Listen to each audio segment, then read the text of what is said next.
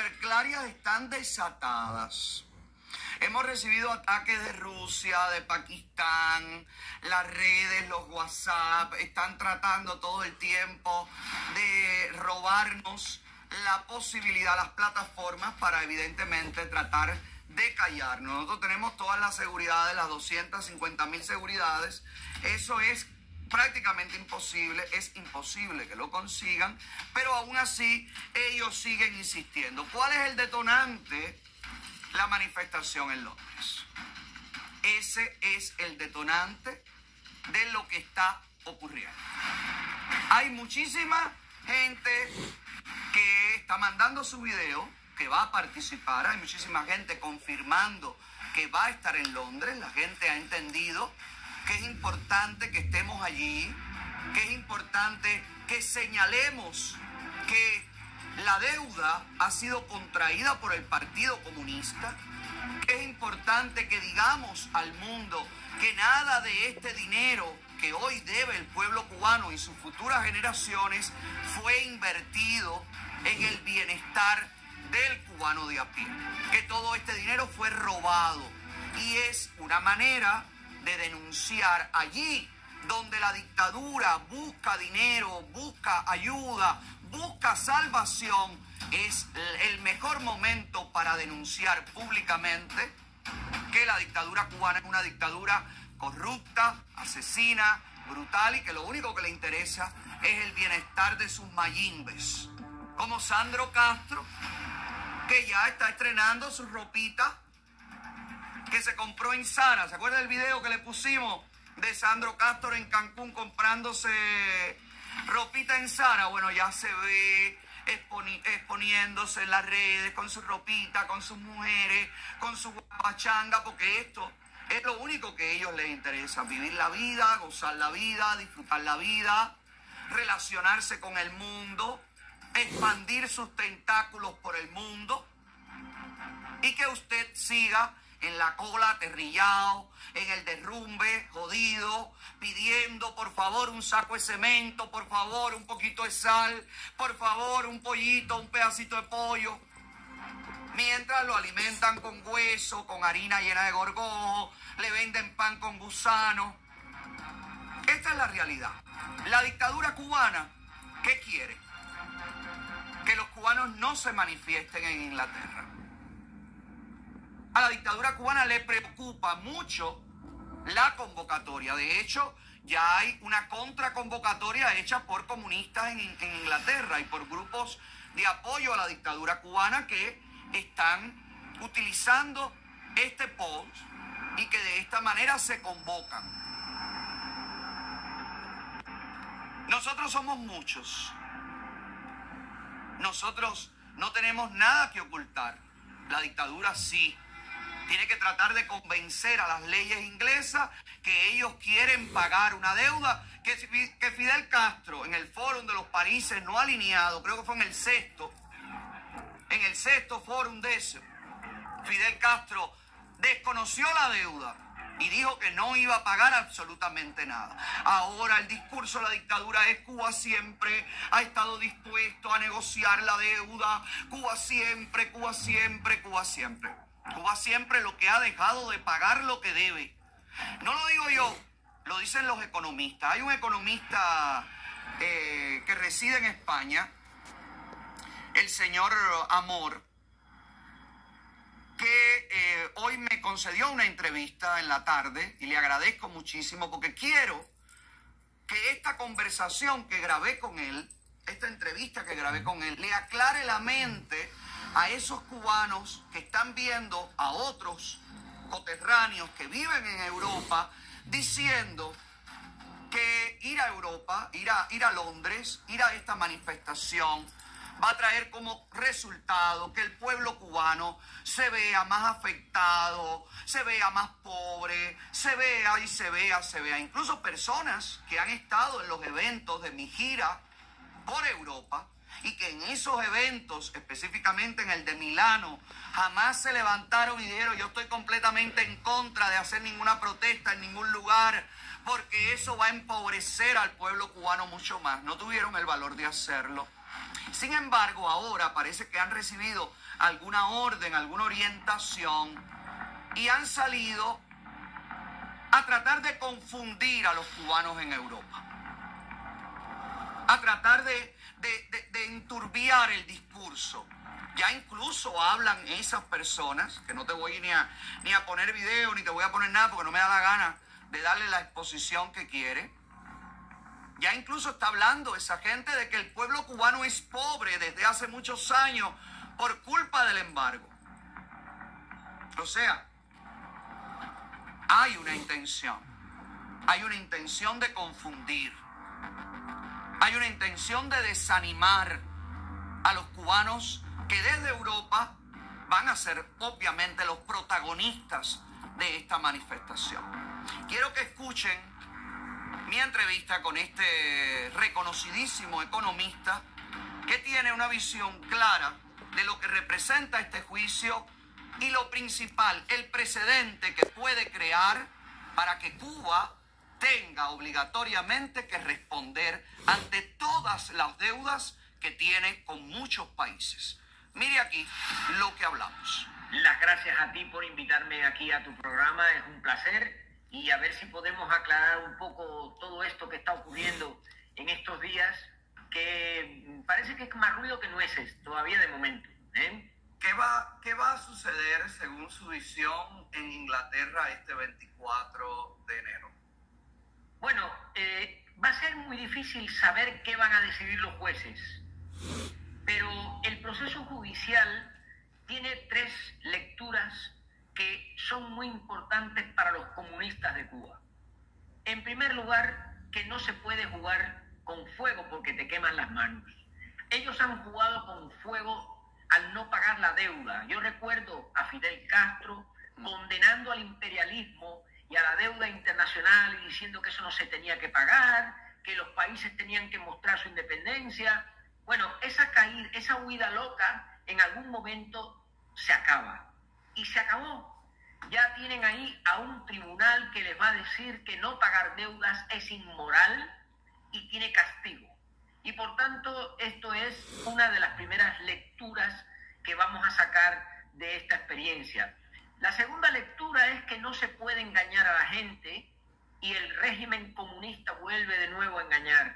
Engañan a su manera, de una manera burda, y hablan mal de los fondos de capital riesgo, llamándoles fondos buitre, que es una terminología ofensiva, muy desagradable, de perfil muy bajo por parte de quien lo ha redactado, cuando realmente gracias a esos fondos de capital riesgo Cuba tiene dinero, y además ponen a un organismo que es una oficina técnica del Banco Central desconocida, la superintendencia esta famosa, a que dé información y explique de una cosa que tiene un valor y un significado claramente político. Y sin embargo, los que tienen que dar la cara, que son Díaz-Canel, Alejandro Gil y la gobernadora del Banco Central, la señora Wilson, se esconden y no dan la cara. Ponen a otros a hablar por ellos. Eso es cobardía política. Eso lo hacen cada vez que hay malas noticias. Y para no pagar el coste político del fracaso, se escudan en sus oficinitas, ¿verdad?, de segundo nivel. Bueno, pues ya tenemos tres resultados que yo creo que son muy importantes. Al margen de lo que va a salir en el juicio, que yo no puedo decirles qué resultado va a salir porque yo no soy soy economista y un analista político, pero lo que veo es que efectivamente esas tres cosas tienen suficiente fuerza para que el régimen haya querido manipular y distorsionar a la opinión pública cubana. Es evidente que quiere engañar al pueblo cubano y está ocultando información y, como siempre ha demostrado la dictadura cubana, no muestra transparencia, porque la gran pregunta aquí es todo ese dinero, ¿dónde se invirtió? Esas son las cuentas que tendría que darle la dictadura cubana al pueblo que hoy es garante y la república que hoy es garante de la deuda. Hay muchas versiones de cómo podría afectar al pueblo cubano de a pie un fallo desfavorable para Cuba. ¿Cuál es su visión? ¿Estaría el pueblo en peor condiciones de las que está ahora? ¿Vería el pueblo una situación que arrecia para mal? Bueno, suponiendo que la sentencia del juzgado, después de ser recurrida, que será recurrida por cualquiera de las dos partes, suponiendo que la sentencia fuera de pago y que tuviera el régimen que sacar los 70 millones de euros para pagar, eso al final tiene una negociación. Y lo más posible es que el Fondo de Capital Riesgo negocie el pago de esa deuda una vez que ya está garantizado que la va a cobrar.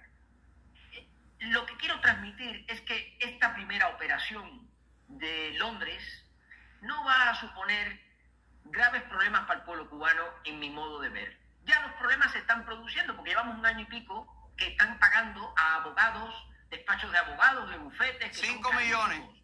Y ese dinero hay que sacarlo de algún sitio y además hay que pagar en dólares o hay que pagar en euros, no en moneda libremente convertible. 5 millones, se hablan de 5 millones.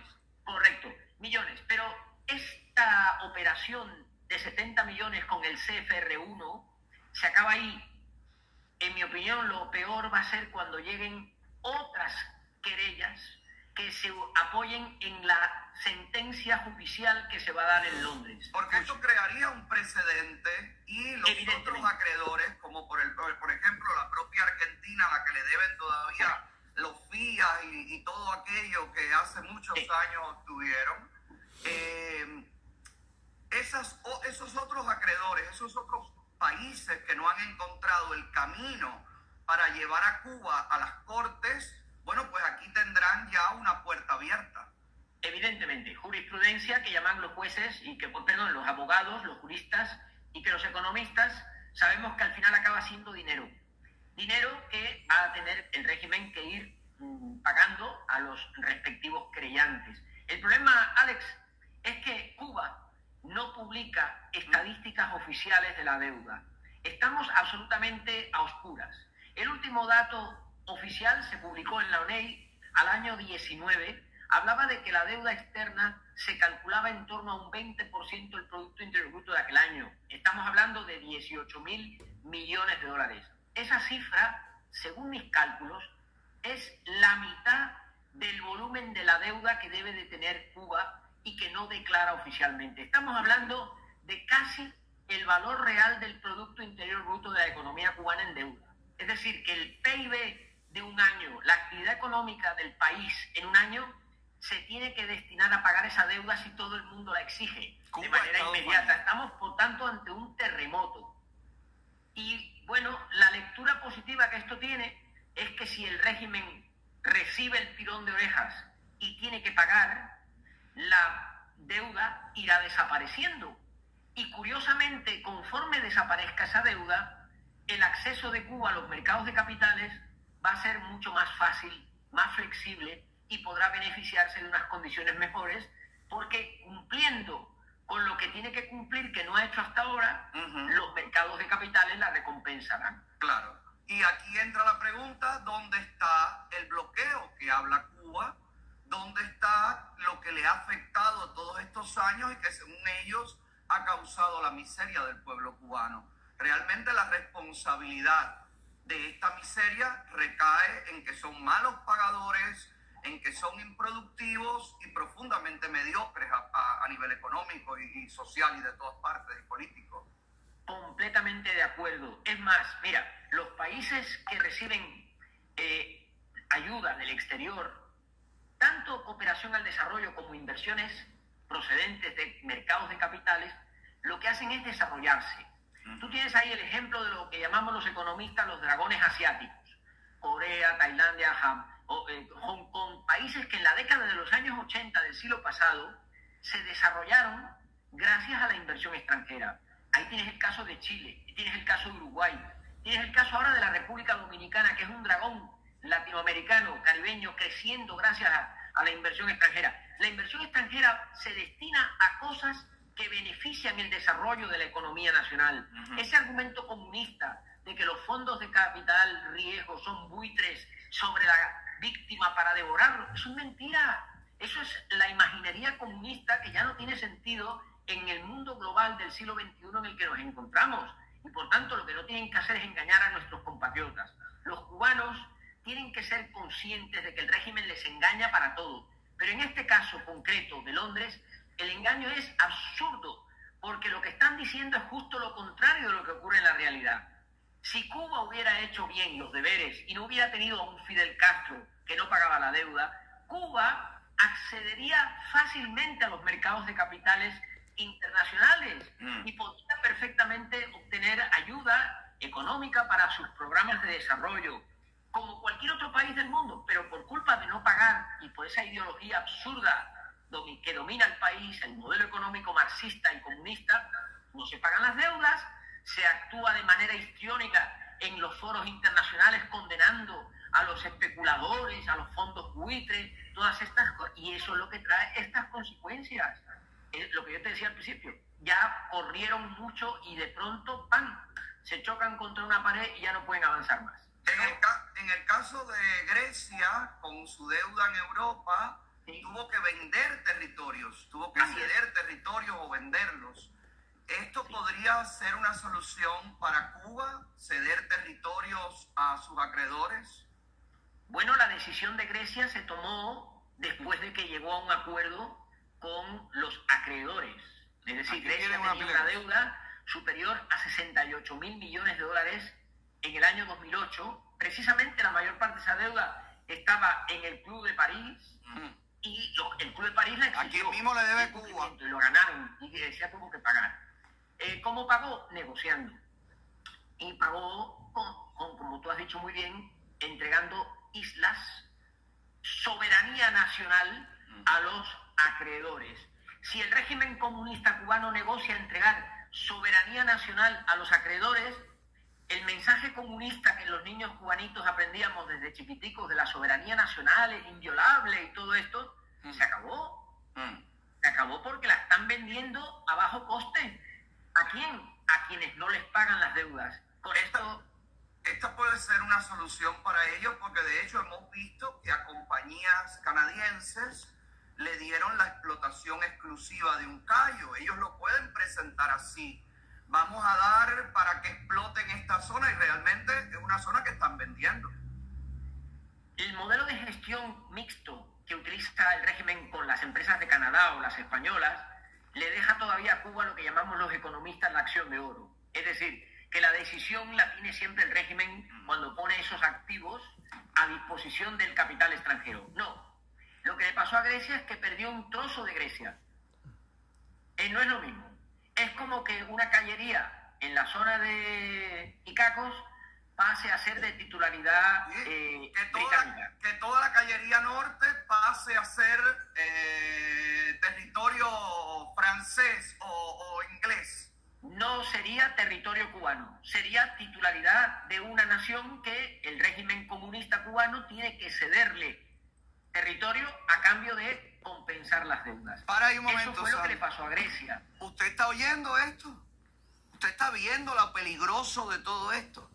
Grecia, que le debía dinero al mismo Club de París que le debe dinero a Cuba, tuvo que vender una isla, tuvo que darle un islote y decirle, esto es territorio tuyo, a partir de ahora te pago la deuda con este pedazo de tierra. ¿Usted se imagina que Cuba tenga que hacer eso? Sin que un solo cubano se haya beneficiado de esa deuda, porque usted me dice a mí que Cuba obtuvo todo esto y ahora va a tener que vender la isla de Pino. Fíjese, un ejemplo que le pongo. Pero hay carreteras, hay hospitales, los cubanos tienen infraestructura, tienen vivienda, tienen todo. Bueno, están disfrutando y están pagando por lo que consiguieron. Pero ¿dónde está el dinero que le debe Cuba a esta gente? ¿En qué lo gastaron? ¿En qué te beneficiaste tú? Bueno, pues te voy a decir, estás en peligro de que pierdas un pedazo de la isla. Estás en peligro en que digan, a partir de hoy no se puede entrar más aquí de este pedazo y toda esta gente para afuera. Porque no es que ustedes van a pasar a formar parte de tener un pasaporte inglés. Señores, esto es preocupante. Esto es muy preocupante, esto es muy riesgoso. Y la dictadura cubana lo está tratando con usted dentro de la isla Se lo está diciendo como una deuda que bueno, vamos a negociar y bueno, nosotros queremos y ellos son malos y ellos nos han querido devorar, pero nosotros siempre dispuestos. Es todo mentira y el peligro está allí sobre su cabeza. Ponme un poco más, Sandy. No fue tanto territorio, fue un pequeño islote del Egeo, que es una verdadera belleza, pero bueno, esto es lo que hay. Y aquí no se puede jugar con fuego porque entonces ya sí que acaba uno quemándose del todo. Y estos acuerdos son el resultado de negociaciones en donde se ponen unas cosas encima de otras se quitan del medio. No va a ser un proceso fácil. Yo aventuro que esto va a durar más tiempo de lo que nos imaginamos y tenemos que estar preparados para quitar la paja del trigo, porque los comunistas van a seguir manipulando a la opinión pública. Y yo creo que tenemos los medios del exilio que hacer un gran esfuerzo para que nuestros compatriotas no sean engañados y conozcan la verdadera realidad de lo que hay detrás de todo este proceso. Sí, es mucho trabajo el que hay por hacer y mucho que tiene que hacer también el pueblo cubano en su... Bueno, gracias al economista Elías Amor por verter luz sobre todo esto que está ocurriendo y además por ponernos en contexto lo peligroso y lo que puede venir. Por eso es que la dictadura está aterrada. Por eso es que la dictadura está impulsando a la carrera el falso discurso de los de afuera. Son buenos los de afuera, son la salvación, somos una sola patria, somos un solo país. Cubanos de allá, cubanos de acá. ¿Usted se acuerda, Cristina Escobar, el otro día en el noticiero?